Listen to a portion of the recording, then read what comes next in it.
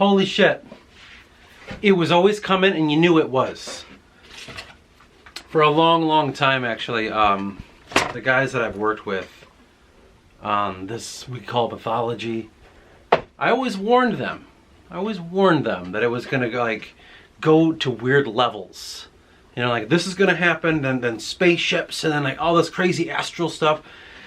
And they knew it was coming. And sometimes when I mentioned, they'd be like, "Are you sure about that?" I'd be like, "Abso-fucking-lutely." Working on this mythology, it's so crazy because it goes not just to a one universe and in its entirety, not just a couple universes, but it spans dimensions. I'm not saying this has never been done before, but the fun part for myself is, as I'm in the middle of working on the Forgotten series, Story of Dove and Theis right now in the first season, the fact that I'm going to the levels that I am to explain to you who Harius is, where he came from, and all of the things that come from that, you're not even going to expect any of that to happen. For me, it might take a bit of a left field turn. But the idea is, the mythology is this ever-expanding thing that I am so thrilled to work on. And it's so much. I was, so past couple of days on my day off here, I've been trying to plan, like, what do I do in the next episode of the Forgotten series, right? That's what I'm doing. And I've been kind of hard at work trying to make that happen. And I told you I do these recording sessions. And I will play on top of them. So I'll record myself reading something, and then on top of that, I'll record myself listening to myself reading something. And I remember I told you the fractal thing. Here's an example. Tools for the wicked to use. They all fall right in line, as they always have. Make them think they're in control, quote. But no further mention of what the whole is. We will focus on you. You who believe to be on the side of right. I will in time show you your grievous mistake. Isn't it just a hell of a lot? Yeah, I really wonder if the keepers are the emotions. We're going to pause on the reading because we need a fucking minute. Emotion. Conscious of AOC. That is their consciousness. The veiled archetypes type of Harius' memory. Of Harius. Through the door of emotion. The veiled archetype of Harius' memory. Through the door of emotion. Through the door. The door of emotion. As I've been doing that, I've been kind of taking some notes to myself, put them in so far the computer right now, and I got some journals over here of notes. I got some journals over there of some notes that we're taking, and I'm going through the old work as I mentioned, and I'm just puzzle piecing this story together. I'm trying as hard as I can to see how I can make this all work. And I came to this realization that it might get really weird, and I was feeling really trepidatious. So I was like, I don't know. We're going to start talking about what is seemingly another universe and almost like restarting the story with a newer perspective. But it's not, because it's Harius, which is dope. But what does that mean? What is that supposed to mean? And I just was really, how do I make this work? And it finally dawned on me. Its own supplementary episode that will take place between 6 and 7. But this supplementary episode can branch off and be its own story that's happening simultaneously, even though it happened before the Forgotten series. So, suffice to say, I'm just kind of planning on how to make it all work together. Because we're talking about the true birth of the Forgotten King. We're talking about the true birth of the universe that is called, well, it's never been given a name quite yet, but the planet where Yuandra is in the beginning of the series. It is the true reason of Dove and Thesis and all the other Titans' existence. It is the explanation of how they got to this place. It's all of that and more. But it's much more close to home than one would imagine. It really begins a lot smaller than you would think this epic journey would, but it's always been a part of the plan. Something that I've been making for a long, long time. And as I'm in the throes of it right now, we're still in the planning phase. This is week 2 of the planning phase. I still have another week of work to do. Then I can kind of go on the typewriter and just stream of consciousness work on it. And then from there, we hone it in and start crafting the episode. But it's been quite a ride along the way.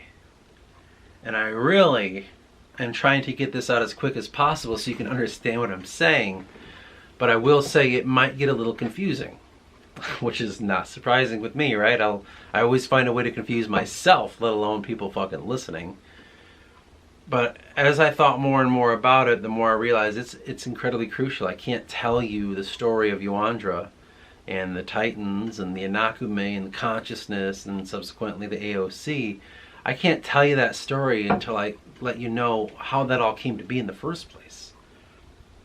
There is no conceivable way for me to just ignore that. I guess I could matter like here and there and make it a long thing about, you know, like a very modern way of like making it go simultaneously alongside the story, the past and the future. And I could, but I really don't like modern storytelling. I'm sick of it.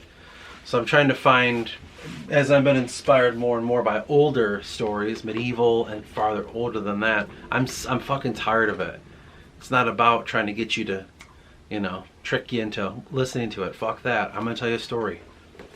And if I have to tell you that the big bad guy dies a lot sooner than the end, well, that's just how it's got to be, and that's fine. Going against the grain seems to be something I've always needed to do because I am so fucking tired of a lot of modern things, and I always end up trying to go a new route with it or just follow the old trail. There's something to be said about the older audience in the past, about what they expected in a story that we've lost. Now it's about being thrilled. It's about being entertained in a way that you don't have to think and stuff, and I'm not doing that. My story requires you to do some thinking, and if you don't want to do that, then it's okay, not a big deal. It's not everyone's story, you know? We tend to get caught up in like views, or how much eyes are on it, how many likes, how many subscribes, and how many, I don't know, whatever the fuck else. It's always about numbers and quantifying them and algorithms and just, I don't give a fuck about any of that stuff. I'm just here to tell you a story.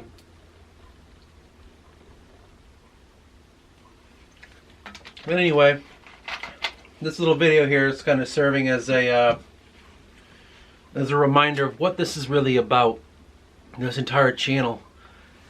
And what it's really about for me is multiple things. One, chronicling the story behind the story as much as I can, you know, with the writing series or with the Inner Thought series or the For You series. That's just letting you know, here's the human being that's behind the work.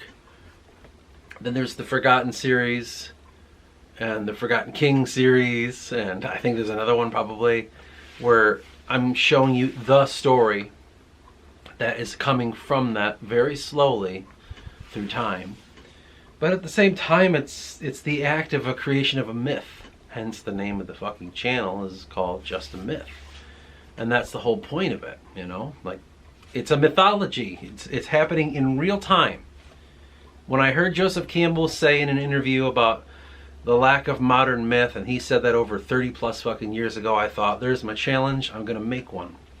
And it will use and incorporate the machine outside of the mythology, which is the recording process of my thoughts, and inside as well. And it's been a hell of a journey. But for me, it's not just to make another fucking story in this world for someone to buy and it's to give me money and shit. No, it's not another agenda where I'm trying to trick you into believing certain things. It's just a fucking story of a human being and his realization of self. And that's all I'm about, man.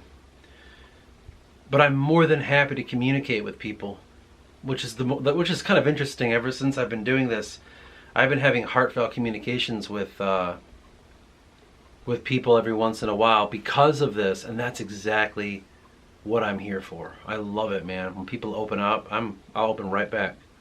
You know, I think it's part of the journey. I think that's what it's teaching me, is to be open to all aspects of life, and to understand that people will find this, and if they need it, they can have it, and I'll allow it, and it's just what it is. But in say that, I should probably get back to it. There's a lot of work ahead. I appreciate anyone that's really been enjoying the series. I really don't know. Maybe not so much right now, but the Forgotten series, Season 1, Story of Dove and Thies. I really appreciate if anyone's enjoying that, because it's been very fun to make. It's been very stressful. It's probably the hardest thing I've ever done in my entire life.